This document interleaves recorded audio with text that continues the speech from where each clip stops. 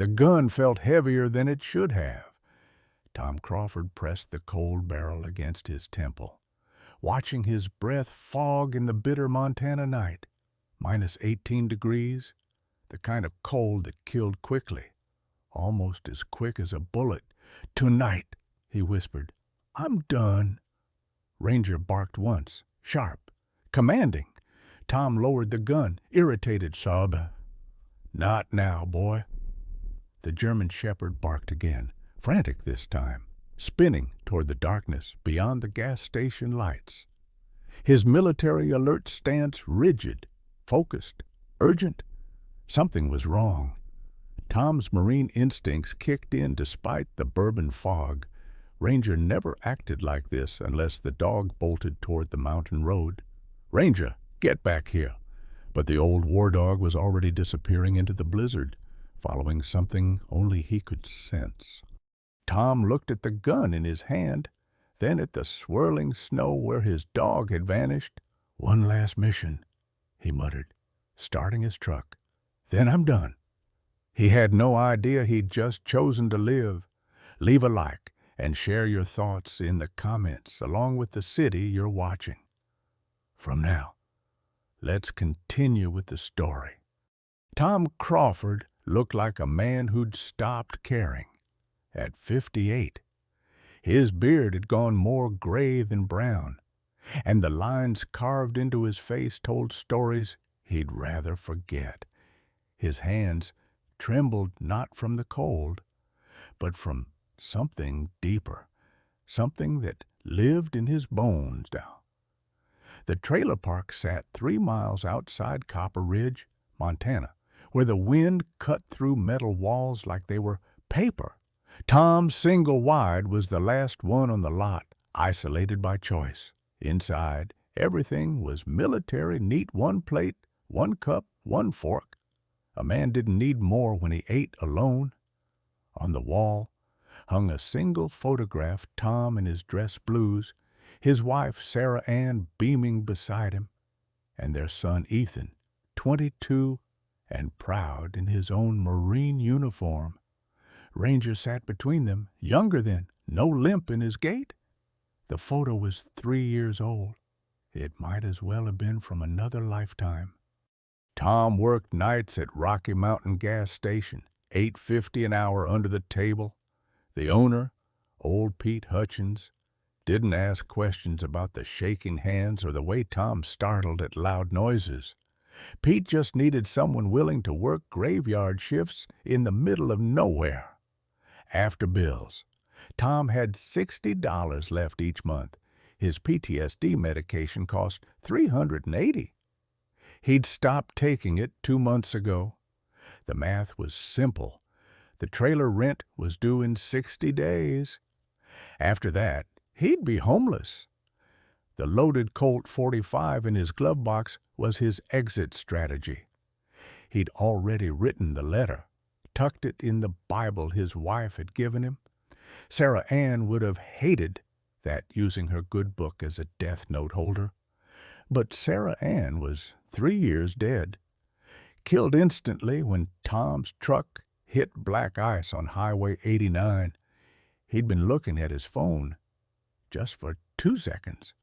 A text from the VA about his psych evaluation. 2 seconds. His son Ethan had been in the back seat with Ranger. The impact crushed the rear passenger side. Tom could still hear Ethan's voice through the flames. "Dad, save Ranger. Promise me he'll save you." Tom had pulled the dog out. The car exploded with his son still inside. For 3 years, Tom had blamed Ranger, hated him. The dog should have died, not Ethan. But Ranger never left. Every morning, those brown eyes watched Tom with something that looked like understanding or judgment. Tom couldn't tell anymore. Tonight was supposed to be the end. Tom had decided. The gun was loaded. The letter was written. He'd even said goodbye to Ranger, though the dog just tilted his head like he knew something Tom didn't. Then Ranger started barking at the darkness, and everything changed. Tom's truck rattled down the mountain road, windshield wipers fighting a losing battle against the blizzard. Ranger sat rigid in the passenger seat, nose pressed to the window, occasionally whining a sound Tom had only heard the dog make in combat situations. "What is it, boy?" Tom muttered. Though he wasn't sure he wanted to know, the headlights caught fresh tire tracks cutting through the snow. They were recent, maybe 15 minutes old. Then Tom saw where they ended the mangled guardrail, twisted metal pointing into darkness. He slammed the brakes. The truck fishtailed before stopping 20 feet from the brake. "Stay here," Tom ordered. Grabbing his flashlight and emergency kit, Ranger ignored him. Leaping out the moment Tom opened the door, the dog disappeared over the edge before Tom could grab his collar. "Damn it!" Tom clipped a rope to the bumper and rappelled down the slope. The wind screamed through the canyon, throwing snow in his face. 40 feet down, his flashlight caught chrome a white limousine upside down and wedged between two pine trees. The front end was accordioned into nothing. Jesus Christ! Ranger was already at the rear passenger door, pawing frantically and barking. Tom slid the rest of the way down. The smell hit him first. Gasoline. Heavy and volatile. Then he saw her. A woman in a wedding dress, slumped against the crushed roof. Blood running from a gash on her temple. Her blonde hair was matted with it, but her eyes were open, tracking his movement. "Ma'am, can you hear me? He left me." Her voice was barely a whisper. "Who left you?" "Marcus, the driver. He just ran." Tom looked around. She was right. A single set of footprints led away from the wreck, heading deeper into the forest. No attempt to help. No attempt to call for help. "We'll worry about him later. Right now, I need to get you out." Tom tried the door, jammed solid. He moved to the window, using his elbow to clear the remaining glass. That's when he noticed the wheelchair, collapsed in the footwell. "My legs," the woman said, reading his expression. "I can't feel them. I never can." Tom's stomach dropped. She was paralyzed, which meant she couldn't have gotten herself out, even if she'd tried. The gasoline smell was getting stronger. "Ma'am, I'm going to pull you through this window. It's going to hurt." "Everything already hurts." Tom reached in, finding her seatbelt release. It wouldn't budge. The crash had warped the mechanism. He pulled his knife, started sawing through the belt.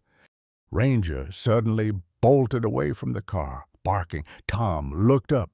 Smoke was curling from under the hood. The engine compartment was starting to smolder. "How long?" the woman asked. She was remarkably calm. 3 minutes, maybe less." "Then you should go." "Not happening." Tom sawed faster. The belt was industrial grade, meant to withstand impacts. It was doing its job too well. His hands were shaking again, the PTSD tremors he couldn't control. The knife kept slipping. 2 minutes, the woman said softly. "Stop helping." The belt finally gave way. Tom grabbed her under the arm and pulled. She screamed, probably broken ribs, but he didn't stop. Couldn't stop. He dragged her through the window just as the first flames appeared. "My chair." No time. Tom threw her over his shoulder in a fireman's carry and started climbing. His boots slipped on the icy slope. Each step was agony. His lungs burned. The woman was dead weight. But he kept moving, one hand gripping the rope, the other locked around her legs. Ranger was already at the top, barking encouragement. 50 feet? 40? 30? The explosion came at 20 feet. The shockwave hit Tom from behind, launching him forward. He twisted midair, taking the impact on his shoulder to protect the woman. They hit the snow hard. Tom rolled, covering her body with his as debris rained down twisted metal, glass, burning upholstery. When it stopped, Tom stayed there for a moment, breathing hard, feeling the woman's heartbeat against his chest. She was alive. They both were. Ranger limped over and licked Tom's face. "Yeah," Tom gasped. "Good boy. Good damn boy." The woman stirred beneath him. "Thank you." "Don't thank me yet. We're in the middle of a blizzard with no phone service." And Tom carefully moved off her, checking her pupils with his flashlight. "Responsive? Good sign. What's your name?" "Sarah. Sarah Mitchell." Tom froze. Mitchell. As in Mitchell Tech Corporation. As in billionaire heiress Sarah Mitchell. "And who," Tom asked carefully, "is Marcus?" Sarah's eyes went hard. "My driver, my fiance's driver, who just left me to die." Tom carried Sarah to his truck, the wind biting through his jacket. She was shivering violently now, her lips turning blue. Hypothermia was setting in fast. He laid her across the back seat, cranking the heat to maximum and wrapping her in the emergency blanket from his kit. Ranger jumped in beside her immediately, pressing his warm body against hers. It was trained behavior. Military dogs were taught to share body heat with injured soldiers. "Good boy," Sarah whispered, her hand finding the dog's fur. Tom climbed into the driver's seat, his mind racing. The nearest hospital was 40 miles away in Helena. In this blizzard, they'd never make it. The roads were already impassable. His trailer was 15 minutes back, crude shelter, but shelter nonetheless. "Hold on," he said, putting the truck in gear. The drive back felt like hours. Sarah drifted in and out of consciousness, mumbling about a wedding, about someone named Preston, about being late. Tom kept checking the rearview mirror, making sure she was still breathing. When they finally reached the trailer, Tom carried her inside and laid her on his bed, the only bed. He'd sleep in the chair, if he slept at all. His hands moved on autopilot, falling back on the combat medic training from 20 years ago. Check for bleeding, assess head wound, monitor for concussion, keep the patient warm. Sarah's wedding dress was soaked through. Tom grabbed his only clean shirt and a pair of sweatpants, then stepped outside to give her privacy to change. Through the thin walls, he could hear her struggling, cursing her useless legs. "You need help," he called. "I've got it." 5 minutes later, she called him back in. She'd managed to get the shirt on but was tangled in the sweatpants, her face flushed with frustration and pain. Tom knelt beside the bed. "May I?" She nodded, looking away. He worked quickly and professionally, helping her into the dry clothes. The wedding dress lay in a wet heap on the floor, thousands of dollars of silk and lace, ruined. There was blood on the bodice. "That was supposed to be the happiest day of my life," Sarah said quietly. "Maybe it still can be. You're alive, am I?" She touched the bandage Tom had placed on her temple. "Sometimes I'm not sure anymore." Tom understood that feeling better than she knew. He moved to his tiny kitchen area, heating water for instant coffee. His hands were still shaking. The adrenaline crash was hitting hard. "You should sit down before you fall down," Sarah observed. "I'm fine." "You're a terrible liar." Yet Tom allowed himself a small smile. He poured 2 cups of coffee, one for her, one for himself, and settled into the chair by the window.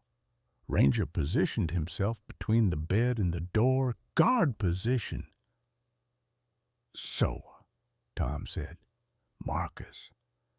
Sarah's expression hardened. "Marcus Barnes, my fiancé's driver, has been for 2 years. Your fiancé being Preston Whitmore III. She said the name like it tasted bitter. "We were supposed to get married today. Noon ceremony at Mountain View Resort." Tom checked his watch. 1:30 a.m.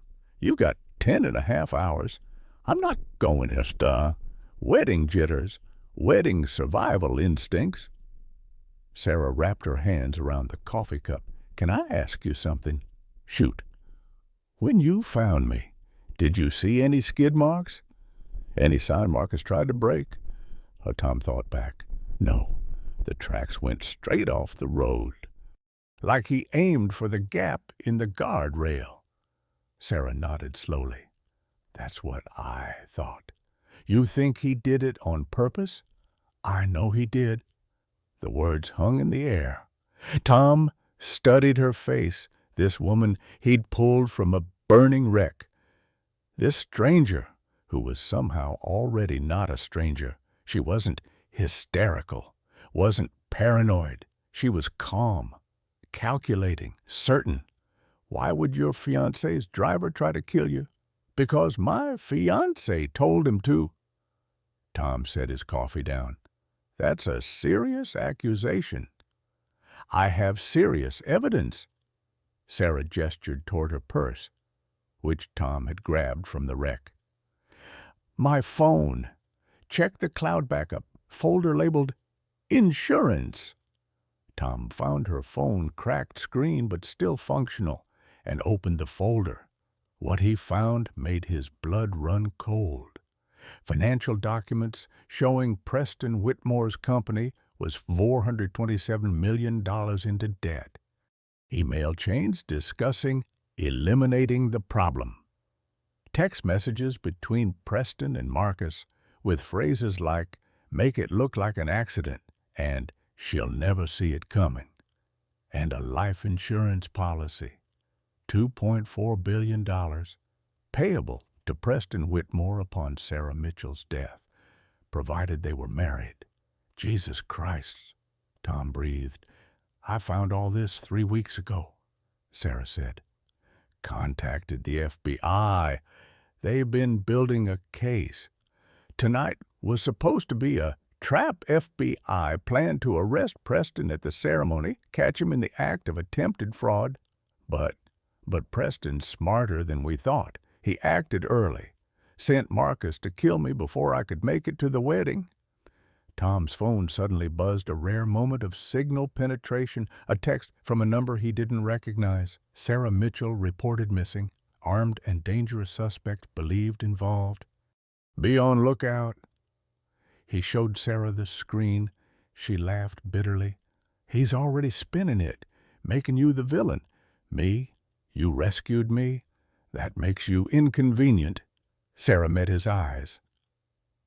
"I'm sorry. I've dragged you into something very dangerous." Tom looked at the gun still sitting on his table.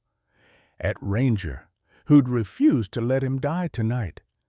At this woman who'd saved a child and lost her legs for it. "Lady," he said, "dangerous is an upgrade from where I was an hour ago."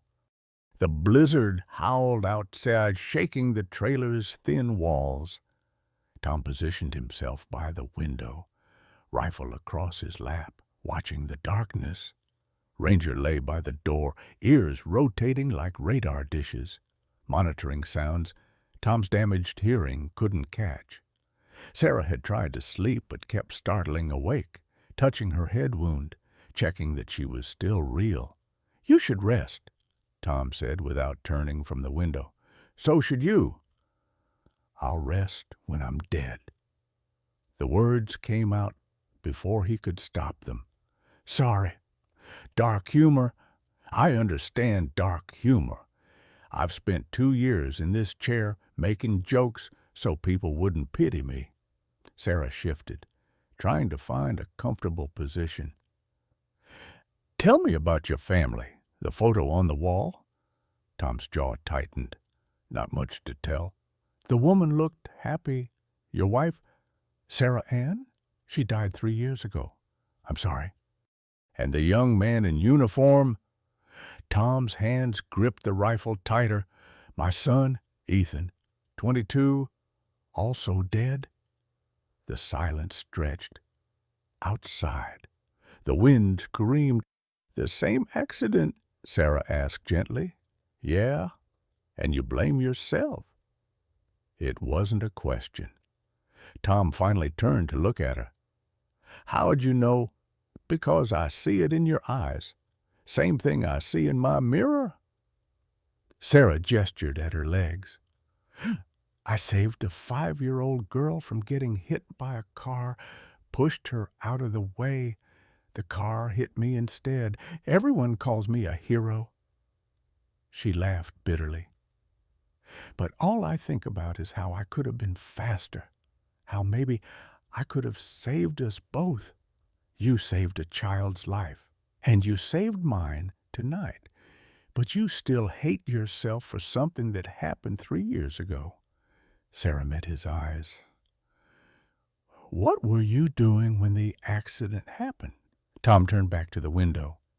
I don't want to talk about it. I think you need to. I was looking at my phone. The words came out like broken glass. 2 seconds. That's all it took. Text from the VA hospital about my PTSD evaluation. 2 seconds of not watching the road. We hit black ice. Car spun out, hit a utility pole. His voice cracked. Sarah Ann died on impact. Ethan was in the back seat with Ranger. The impact crushed the rear passenger side. Gas tank ruptured. Fire started immediately. Tom closed his eyes, but that made it worse. He could see it all again. Ethan was trapped. Seatbelt wouldn't release. He was screaming. I tried to get to him, but the flames... He stopped, breathing hard. Ethan saw Ranger was reachable through the other door. He begged me, Dad, save Ranger. Promise me he'll save you. So you saved the dog. I chose the dog over my son. Tom's voice was hollow. What kind of father does that? The kind who honors his son's last wish. I should have saved Ethan. Could you have? Tom didn't answer. Sarah wheeled herself closer. She'd found the chair Tom kept for the rare visitor. Tom, could you have saved him in the time you had? With the fire spreading? Was it physically possible? I don't know. Yes, you do. You were a Marine. You've done combat triage. You know how to assess a situation in seconds. Could you have saved him? Tom's hands were shaking violently now. No, the seatbelt was jammed. The fire was too fast. I couldn't reach him. But Ranger was right there. I could grab him and pull him out, so I did. And then the car exploded with my son still inside. So you made the only choice you could make, the one Ethan wanted you to make. That doesn't make it hurt less? No, Sarah said softly. It doesn't. But it should make you stop punishing yourself. Tom wiped his eyes roughly. I've hated Ranger for 3 years. Every time I look at him, I see Ethan burning. But the damn dog won't leave me, follows me everywhere, hides my bullets when I'm having bad nights, wakes me from nightmares. It's like he knows I blame him, but he doesn't care. He just stays. Ranger's ears perked up at his name. The dog stood, walked over to Tom, and rested his head on Tom's knee. He's not staying out of obligation, Sarah said. He's staying because Ethan asked him to. He's completing his mission. Tom looked down at Ranger, really looked at him for the first time in years. The dog's brown eyes held something Tom had been too angry to see before: loyalty, love, purpose. I'm sorry, boy, Tom whispered, running his hand over Ranger's head. I've been a terrible friend to you. Ranger's tail wagged once. Sarah's phone buzzed. She checked it, and her face went pale. It's Preston. Don't answer. I have to. If I don't, he'll know something's wrong. She swiped to answer, putting it on speaker. Preston? Darling. Preston's voice was smooth, practiced concern. Thank God. Marcus called me about the accident. Are you hurt? Where are you? I'm fine. A local helped me. A local? What local? Marcus said the car went off the cliff. He tried to find you but couldn't reach you in the storm. Sarah's eyes met Tom's. Marcus left me to die. Preston, I watched him run away. A pause. Too long. Sweetheart, you're in shock. Marcus said he went for help. The storm was too severe. He couldn't get back to you. He didn't even try to get me out of the car. You're upset. Traumatized. Let me come get you. Where are you? I'm safe. Sarah, tell me where you are. Now. The smooth voice had edges now. I'll see you at the wedding. The wedding, Sarah? You were just in a car accident. We should postpone. No. Sarah's voice was steel. Noon. Mountain View Resort. I'll be there. But I said I'll be there. She hung up. Tom stared at her. You're not seriously planning to go to that wedding? I am. The man just tried to have you killed. Exactly. Which means I have him cornered. He tried to kill me before the wedding because he knew the FBI was closing in. Now he has to face me. Either he goes through with the wedding and gets arrested, or he doesn't show and proves his guilt. Or he tries to kill you again. Then we'll be ready. Sarah pulled up a contact on her phone. FBI Special Agent Rebecca Hayes. She's been my handler for 3 weeks. The call went to voicemail. Sarah left a message. Agent Hayes, it's Sarah Mitchell. Preston moved up his timeline. Marcus Barnes tried to kill me tonight. I'm alive. I'm going to the wedding as planned. Call me. Tom shook his head. This is insane. This is justice. Justice gets you killed. So does running. Sarah's face was determined.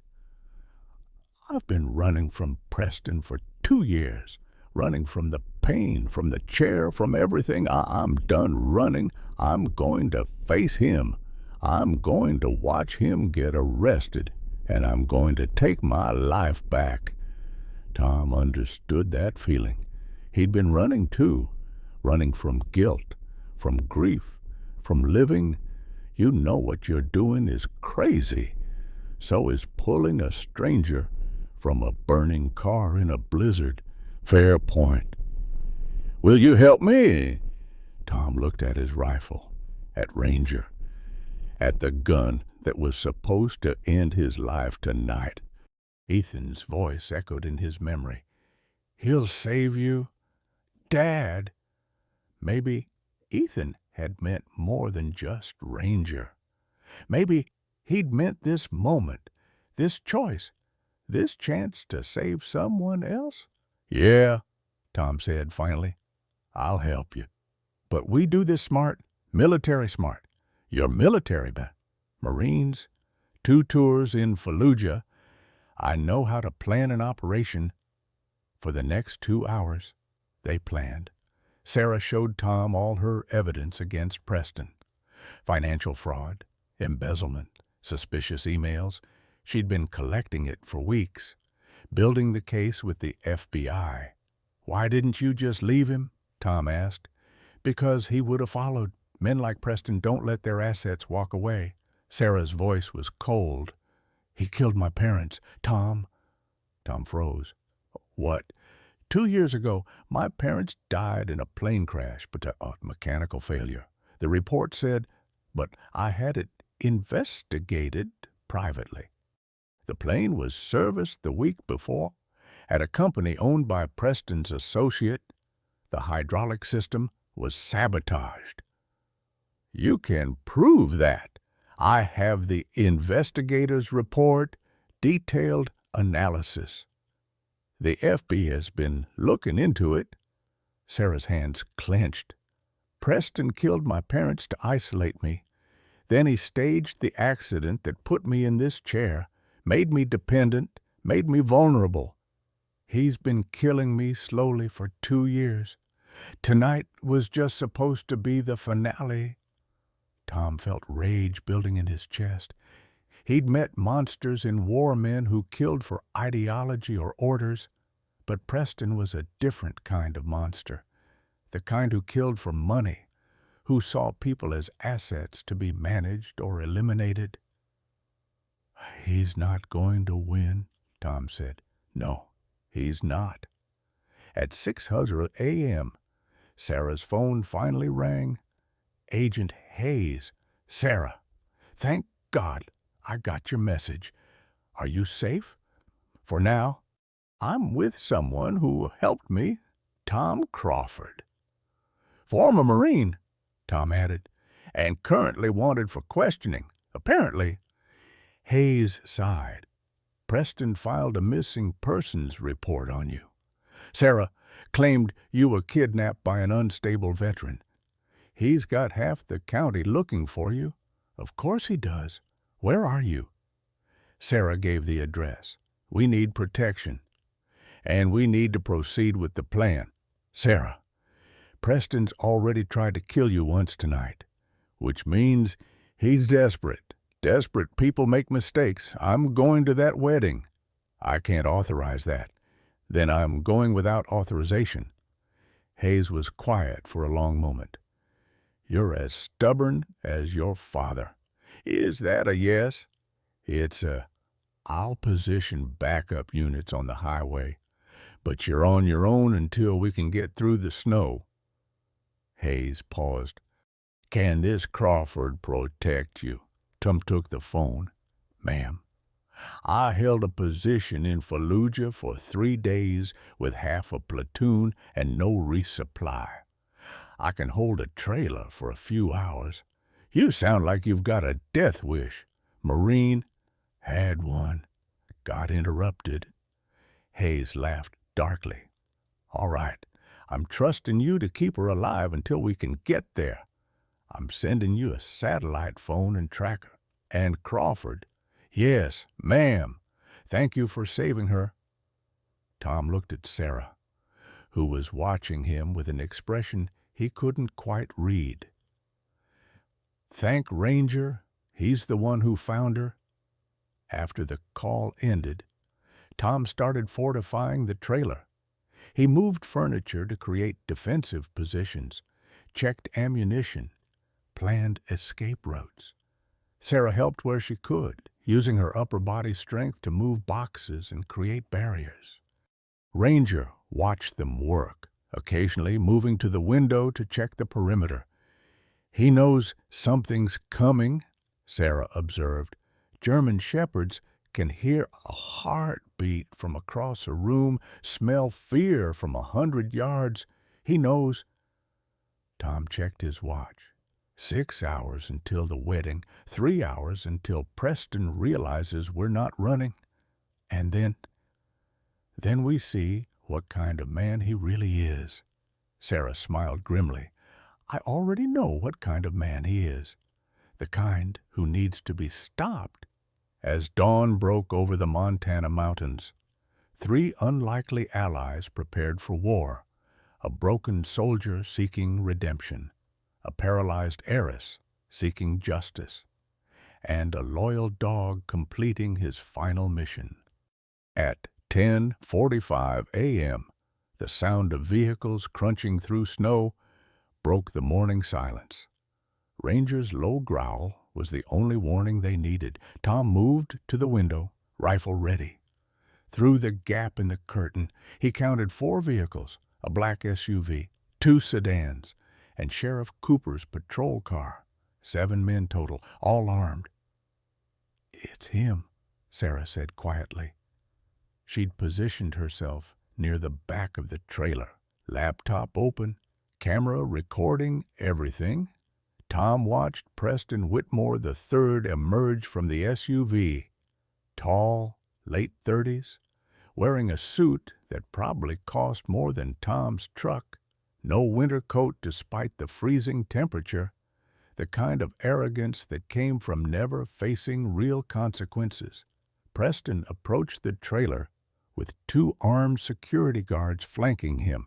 Sheriff Cooper followed, hand on his holster, but looking uncomfortable. "Sarah," Preston called out, his voice carrying false warmth. "Darling, are you in there?" Tom opened the door 6 inches, rifle visible. "She's here. She's safe. And she's not coming out."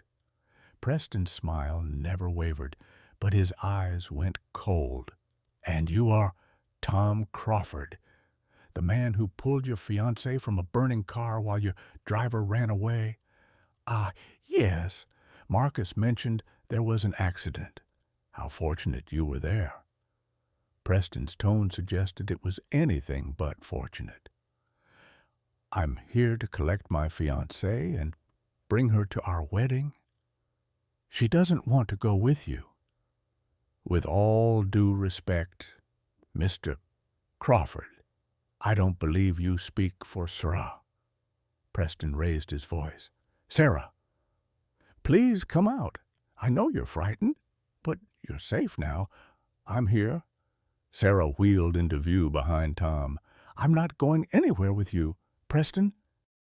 Preston's mask of concern slipped for just a second before snapping back into place. "Sweetheart, you've been through a trauma. This man has clearly confused you. This man saved my life. Something Marcus didn't even try to do. Marcus is devastated. He went for help immediately, but the storm—" "Stop lying." Sarah's voice cut like a blade. "I watched him run, Preston. He didn't try to help. He didn't call for help. He left me to die." Preston spread his hands in a gesture of patient understanding. "The accident has obviously affected your judgment. Sheriff Cooper, please escort Ms. Mitchell to my vehicle." Sheriff Cooper stepped forward reluctantly. "Ma'am, Mr. Whitmore has expressed concern for your well-being. If you'd just—" "Sheriff," Tom interrupted, "are you really going to force a woman to go with a man she doesn't want to go with? Mr. Crawford, I'm going to need you to step aside and lower that weapon." "Am I under arrest?" "Not yet, but you're interfering with—" "With what, a man trying to kidnap a woman against her will?" Tom didn't move. "Last I checked, that's illegal in Montana."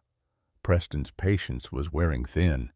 "Sheriff, this man is clearly unstable. He's armed, he's holding my fiancée hostage, and he's preventing her from receiving medical attention."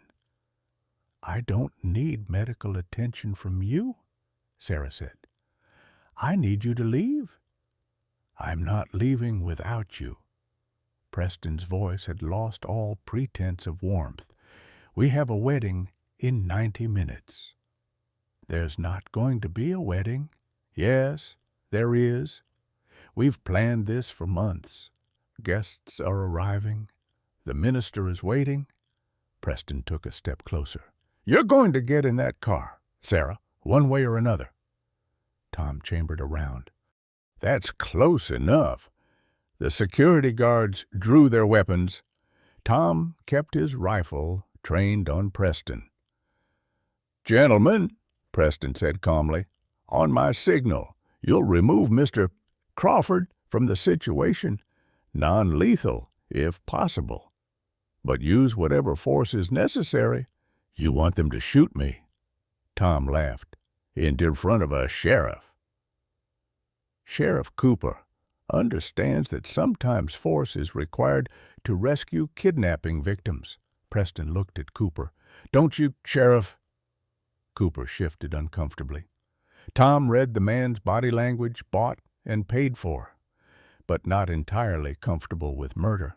Preston, Sarah said, her voice sharp enough to draw everyone's attention. Tell them why Marcus tried to kill me. Marcus didn't. Tell them about the $427 million in debt. Tell them about the embezzlement. Tell them about the life insurance policy. Preston's face went very still. I don't know what you're talking about. $2.4 billion, payable to you upon my death, provided we're married. Sarah held up her phone. I have all the documents, both financial records, emails, text messages between you and Marcus discussing how to eliminate the problem. That's absurd. Is it? Should we call the FBI and ask them? Sarah smiled coldly. Oh, wait, I already did. Agent Rebecca Hayes has been investigating you for 3 weeks. I've been helping them build the case. The silence that followed was deafening. Preston's mask finally cracked completely, revealing something dark and dangerous underneath. You've been working with the FBI. His voice was barely a whisper. This whole time, every loving text, every concerned phone call, every time you touched me, I was gathering evidence. Preston's hands clenched into fists. You bitch! There it is, Sarah said. The real you. Finally. Preston turned to his guards. I said, remove him, now. The guards hesitated. One of them, older, maybe ex-military, lowered his weapon slightly. Mr. Whitmore, if there's federal agents involved, I pay you to follow orders, not to think. You pay us to provide security, the guard said carefully, not to assault people in front of law enforcement. Preston whirled on Sheriff Cooper. You're going to earn the $50,000 I paid you. Get her out of there. Cooper's face went pale. Mr. Whitmore, I don't pay you to think either. Tom saw his opportunity. Sheriff, did he just admit to bribing you? Cooper's hand moved away from his holster. Sir, I'm going to need you to calm down. Calm down, calm down. Preston was unraveling fast. Do you know what I've sacrificed, what I have done? I killed her parents. I staged her accident. I've been planning this for 2 years. The stunned silence that followed was broken only by the wind. Did you get that? Sarah asked quietly. Tom nodded. Every word. Camera's been recording since you arrived. Preston's face went from red to white. He looked at Sarah, at Tom, at the sheriff, at his own security guards. Reality was finally catching up with him. You played me, he whispered. This whole morning. You knew I'd come. You knew I'd lose control. I know you, Preston, better than you think. Sarah's voice was steady, strong. You're a narcissist. You can't stand losing, kid. You had to come here, had to try to control me one last time, and you had to prove you were smarter than everyone else. Very clever. Preston's voice had gone cold and quiet, dangerous. But you've made one mistake. What's that? You think confession equals conviction. You think this footage will matter. Preston pulled a gun from inside his jacket. But dead women don't testify. The security guards backed away immediately. Mr. Whitmore, we're out. We didn't sign up for this. Sheriff Cooper drew his weapon. Sir, put the gun down. Shut up.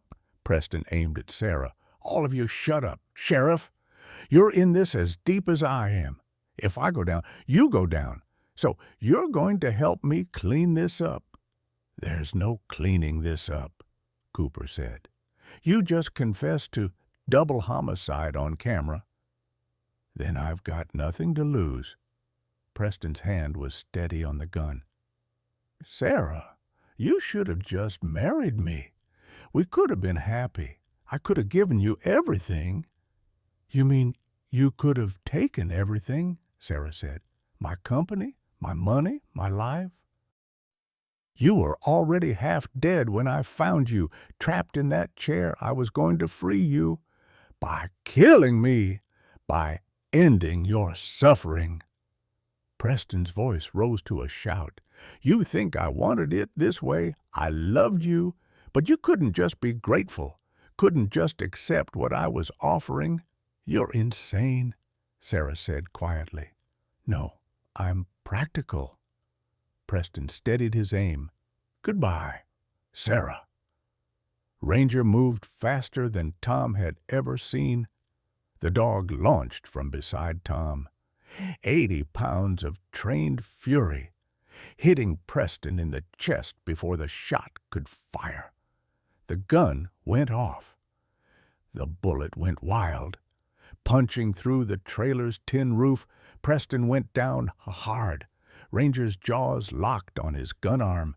Preston screamed, trying to shake the dog off, but Ranger had been trained by the best. He held on, growling deep in his chest. Tom was out the door in seconds, rifle aimed at Preston's head. "Don't move!" Sheriff Cooper rushed forward, kicking Preston's gun away and slapping cuffs on him. "Preston Whitmore, you're under arrest for attempted murder, conspiracy to commit murder, bribery, and about 15 other charges I'm going to think of on the drive to the station. Get this animal off me!" Preston shrieked. Tom looked at Ranger. "Release!" Ranger let go, trotting back to Tom but keeping his eyes on Preston.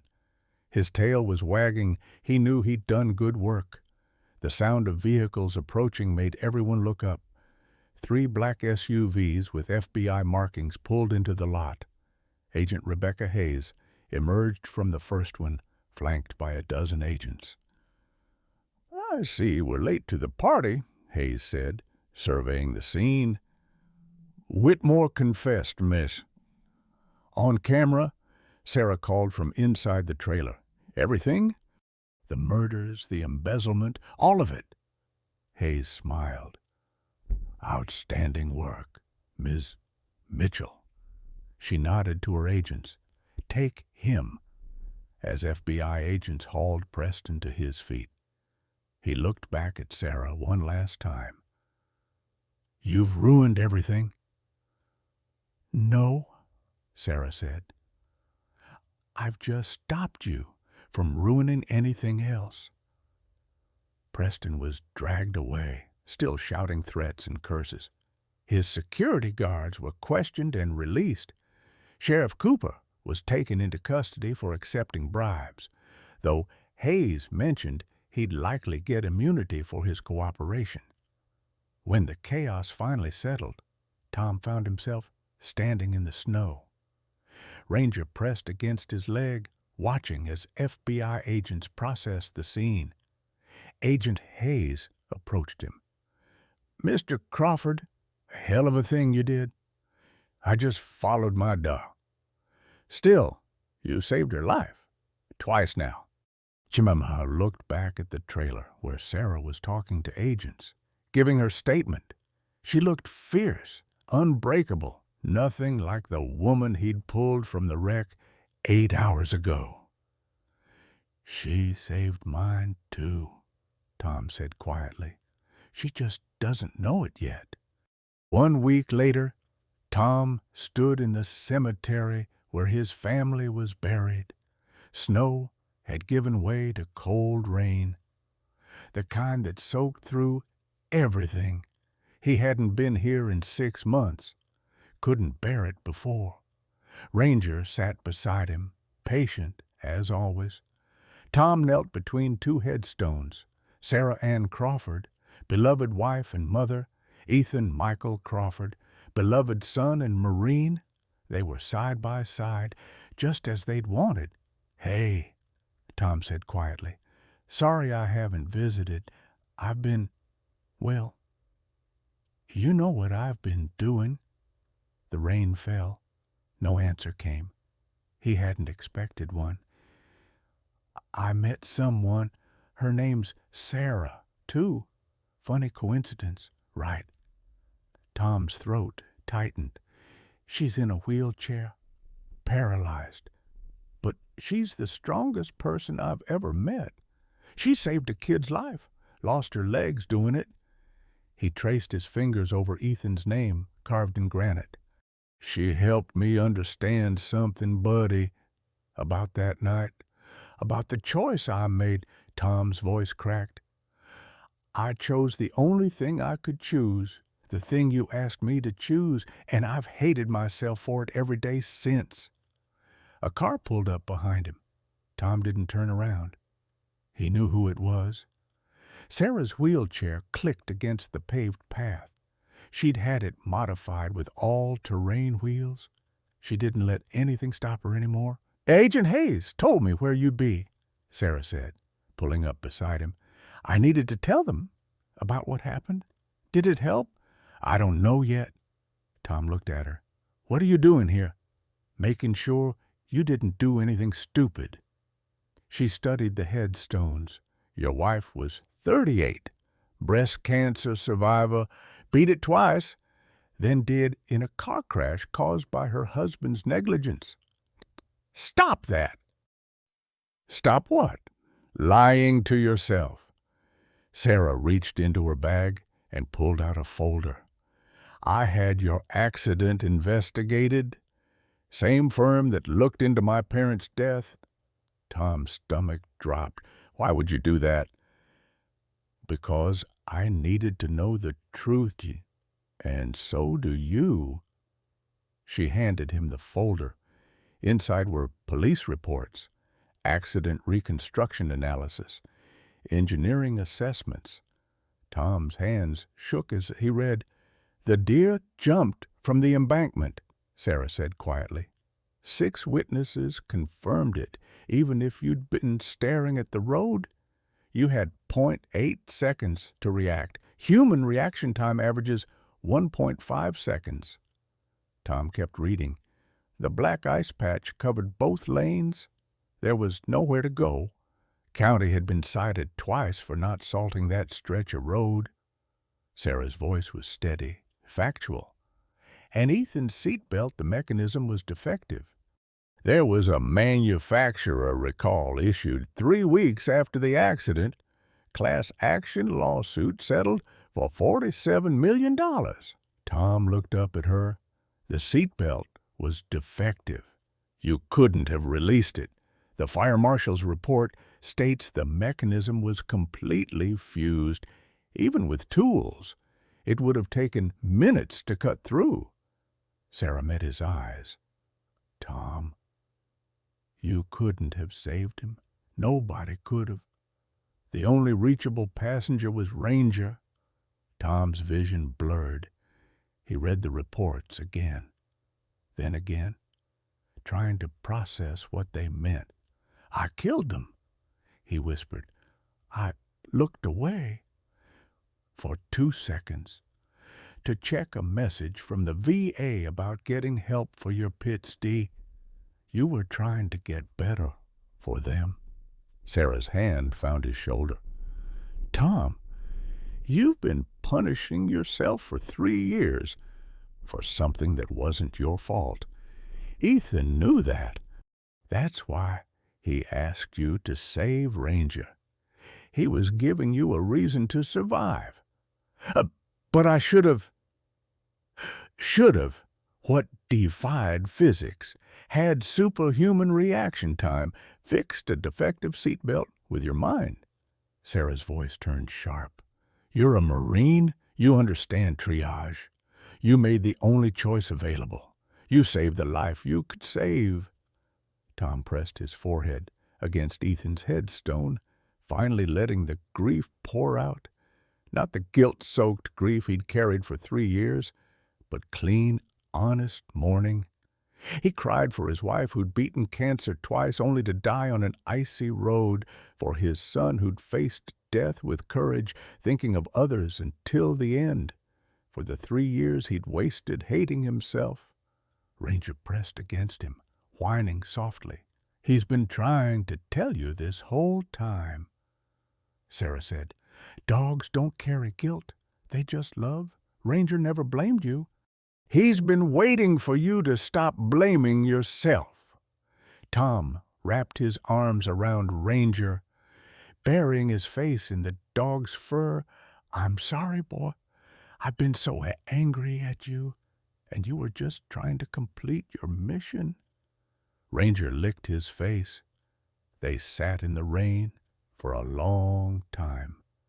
Tom, Sarah, and Ranger, 3 survivors learning to live again. Finally, Tom spoke. "Agent Hayes called me yesterday. They found Marcus's body." Sarah's expression tightened. "Where, half a mile from the crash site, he'd been shot. Preston killed him. His daughter, with her grandmother in Nevada." Hayes said Marcus's phone showed he tried to call 911 17 times. "He was trying to get help for you." Sarah closed her eyes. "He was trying to fix his mistake. He died trying to do the right thing. That should count for something." That Tom stood, helping Sarah navigate the uneven ground back toward the path. "You set up that fund for his daughter. $2 million. Full ride to any college she wants. And therapy. Lots of therapy." Sarah paused at the car. "Marcus made terrible choices, but in the end, he chose right." "We all deserve that chance," Tom said, "to choose right at the end." 3 months after Preston's arrest, Sarah sat in her attorney's office reviewing the final evidence. The FBI had built an airtight case. Financial fraud, embezzlement, 2 counts of first-degree murder for Sarah's parents, attempted murder of Sarah herself, and the murder of Marcus Barnes. "The prosecution is offering him a deal to," her attorney said. "Life without parole if he pleads guilty. Saves the state the cost of a trial." "No deal," Sarah said firmly.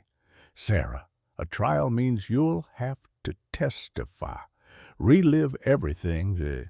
Preston's attorneys will try to destroy you on the stand." "Let them try." Sarah's voice was ice. "I want him to hear every single thing he did. I want a jury to see what kind of monster he is. And I want the world to know he failed." The attorney sighed but nodded. "The trial starts in 6 weeks." After the meeting, Sarah found Tom waiting in the parking garage. He'd driven her. She was still adjusting to hand controls in her new accessible van. "How did it go?" Tom asked. "Trial in 6 weeks. No plea deal." Tom whistled low. "You sure about that?" "Completely." Sarah transferred to the passenger seat with practiced efficiency. "What about you VA appointment today, right?" Yeah, after started the van, Ranger watching from the back seat. "Doc says the new medication's working. PTSD symptoms down 40%. I'm sleeping through the night for the first time in 3 years." "That's wonderful." "Tom, still get nightmares sometimes, but Ranger wakes me before they get bad." Tom glanced at her. "Doc also cleared me for work. Real work, not just night shifts at gas stations." "About that." Sarah pulled out an envelope. "I have a proposition." Tom eyed it suspiciously. "What kind of proposition?" "Mitchell Tech is expanding our security division. We need someone to head up personal protection services. Former military, combat experience, proven track record of keeping people alive in extreme situations. She handed him the envelope. Someone exactly like you. Tom opened it. Inside was a job offer. Salary $125,000 annually. Full benefits. Housing allowance. And one unusual stipulation. Employee may bring service dog to work. Sarah, I can't. Yes, you can. You saved my life twice. You're qualified. You need steady income. And I need someone I can trust absolutely. She met his eyes. This isn't charity, Tom. It's business. You're the best person for this job. $125,000. That's actually below market rate for executive security with your experience. But it comes with housing. There's an apartment above the foundation building, pet-friendly. Tom stared at the letter. The foundation building. Didn't I mention I'm starting a foundation? Rangers Promise Foundation, $50 million endowment. Mission pair rescue dogs with veterans suffering from PTSD. Provide housing, medical care, therapy, job training. Sarah smiled.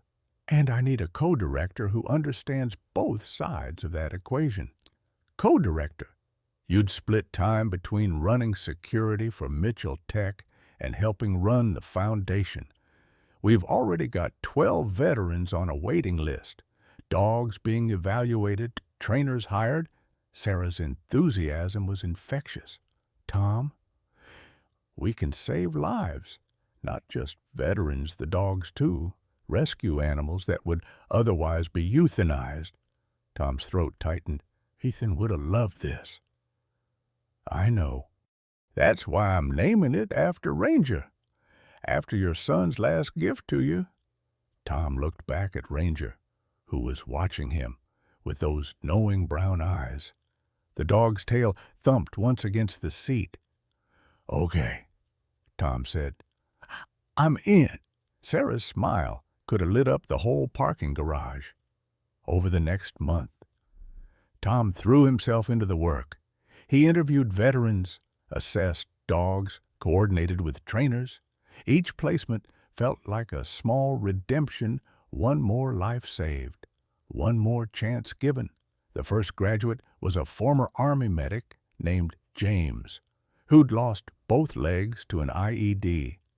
His service dog, a yellow lab named Hope, was trained to retrieve items, open doors, and alert to anxiety attacks. She's already saved my life twice.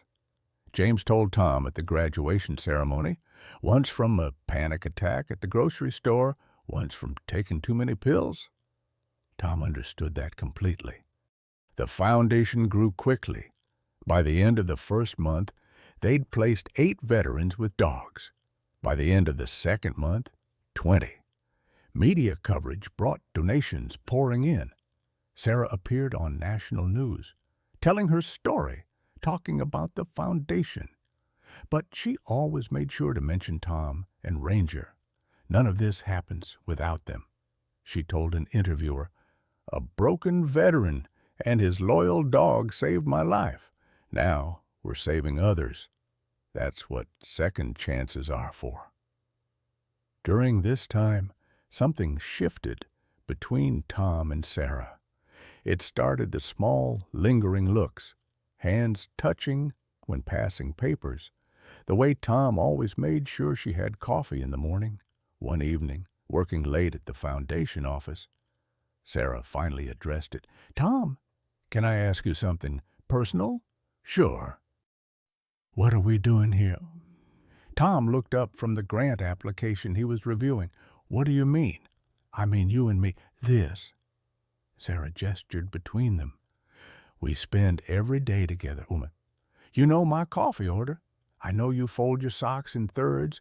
Ranger sleeps at the foot of my bed half the week. I thought we were friends. We are. But is that all we are? Tom set down his pen. Sarah, I'm 58 years old. My wife's been dead 3 years, and I still feel guilty breathing. You're 34, brilliant, beautiful, and you could have anyone. I don't want anyone. I want someone who sees me, not the chair. Someone who runs into burning cars instead of away from them. Someone who understands what it means to rebuild your life from nothing. Sarah wheeled closer. I want you. Tom Crawford. If you want me too.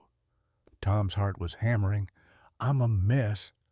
So am I. I have nightmares. So do I. I talked to my dead son. I talked to my dead parents. Sarah reached for his hand. We're both broken, Tom. But maybe broken people can help each other heal. Tom looked at their joined hands, then at Ranger, who was watching with what looked suspiciously like approval. Ethan would have liked you, Tom said softly. Sarah Ann would have liked you. Sarah replied. They sat in the quiet office, holding hands. Two survivors finding something neither expected hope. Not the desperate hope of people drowning, but the steady hope of people learning to swim again. Ranger's tail thumped against the floor.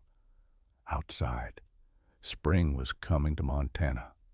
6 months after that night in the blizzard, the grand opening of Ranger's Promise Foundation headquarters drew over 200 people. The building stood on 20 acres outside Missoula, accessible, modern, with training facilities, veterinary services, and housing for veterans in the program. Tom stood backstage, adjusting his tie for the third time. He hated public speaking. Give him a rifle and a mission any day over a microphone and a crowd. You're going to be fine, Sarah said, wheeling up beside him. She wore a blue dress that matched her eyes, her blonde hair pulled back. She looked nothing like the woman he'd pulled from a burning wreck half a year ago. Easy for you to say. You've done this before. And so have you. You've briefed generals. Tom, this is just talking to people who already love what we're doing. A ranger sat between them, wearing a ceremonial vest that read Foundation Founder in gold letters. The dog had become something of a celebrity, his story featured in magazines, on news programs, even in a children's book about service animals. Agent Rebecca Hayes appeared, smiling. 5 minutes. You two ready? As we'll ever be, Sarah said. They took the stage to applause. Tom scanned the crowd and felt his throat tighten. 43 veterans stood in the front rows, each with their service dog. 43 lives changed, 43 second chances. Sarah spoke first, her voice strong and clear. 6 months ago, I was driving to my wedding, a wedding to a man who'd murdered my parents and was planning to murder me. I was ready to die that night, not literally, but spiritually. I'd given up on real happiness, on trust, on love. I thought the best I could hope for was survival. And she paused, letting the words settle. Then my driver drove my car off a cliff and left me to die in a blizzard. And a man I'd never met risked his life to save me, not for money, not for recognition, but because his son had asked him to save someone else. Sarah gestured to Tom. Tom Crawford is a former Marine who lost everything 3 years ago, his wife, his son, his will to live. On the night he planned to end his life, his dog, a retired military service dog named Ranger, refused to let him. Ranger led Tom to my burning car, and in saving me, Tom saved himself. The applause was thunderous. Tom felt his face flush. That's what this foundation is about, Sarah continued. Second chances, not just for veterans, but for rescue dogs who would otherwise be euthanized. We pair them together. train them together, house them together, and we watch miracles happen. And she turned to the veterans in the front row. "James, would you stand?" A man in his 30s stood, prosthetic legs visible below his khakis. A yellow lab sat perfectly at his side. James attempted suicide twice after losing his legs in Afghanistan. He's now 6 months clean from opioids. He volunteers at the VA hospital. He started college, and Hope, his service dog, has alerted to 14 anxiety attacks and 3 potential overdose situations. Sarah's voice cracked slightly. James is alive because of a dog, because someone gave both of them a second chance. James wiped his eyes. Hope leaned against him, doing her job. "Rachel! Stand up, please."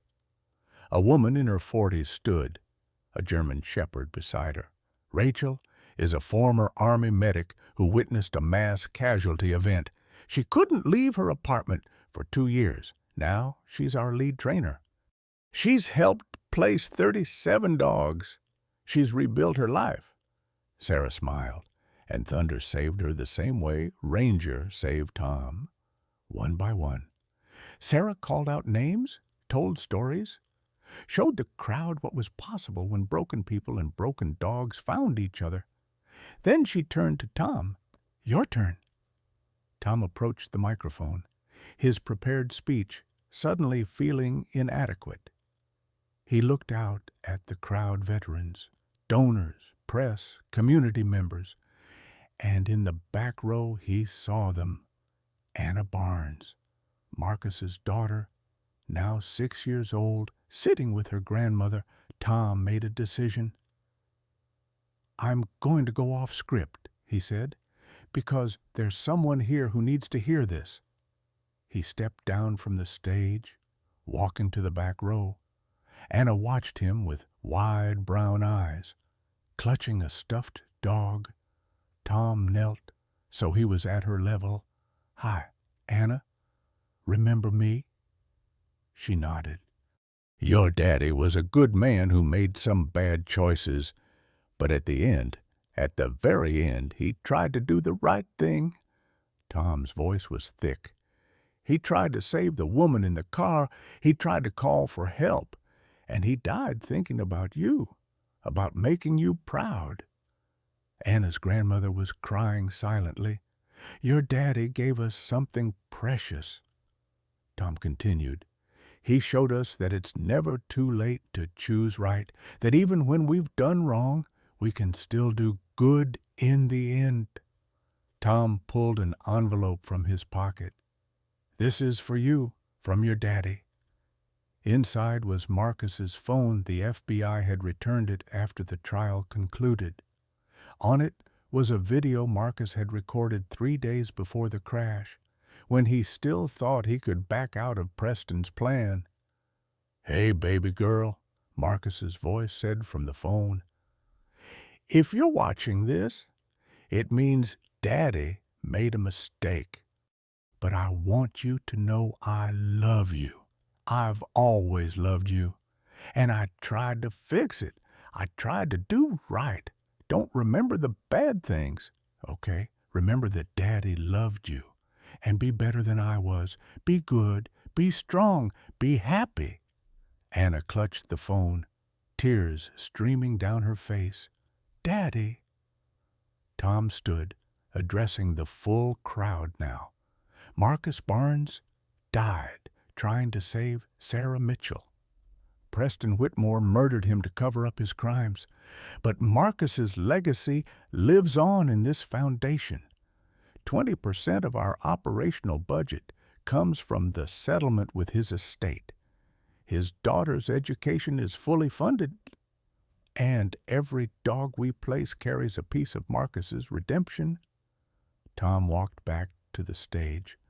This foundation exists because broken people deserve second chances, because loyal dogs know something we forget, that love isn't conditional, that forgiveness is possible, that redemption is real. He looked at Sarah, who was openly crying now. 6 months ago, I was holding a gun to my head. Tonight, I'm standing here with 43 saved lives behind me and hundreds more ahead. That's what happens when we choose to live, when we choose to save each other. Tom gestured to Ranger. This dog saved me every single day for 3 years. Even when I hated him, even when I blamed him, he stayed. Because that's what dogs do. They don't give up on us, even when we give up on ourselves. The crowd rose in a standing ovation.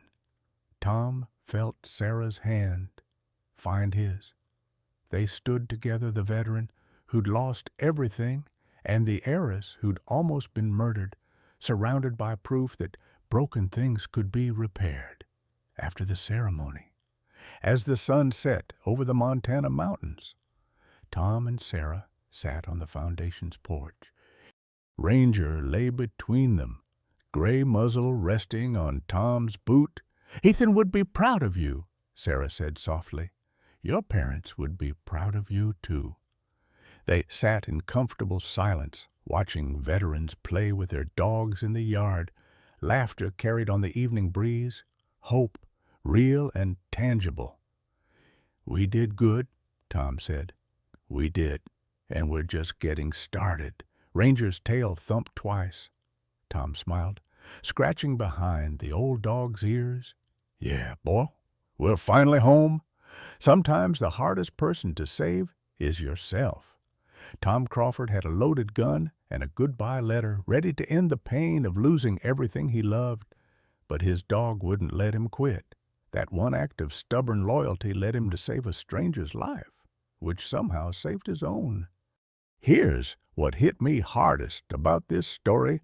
We spend so much time punishing ourselves for things we couldn't control, carrying guilt that was never ours to carry.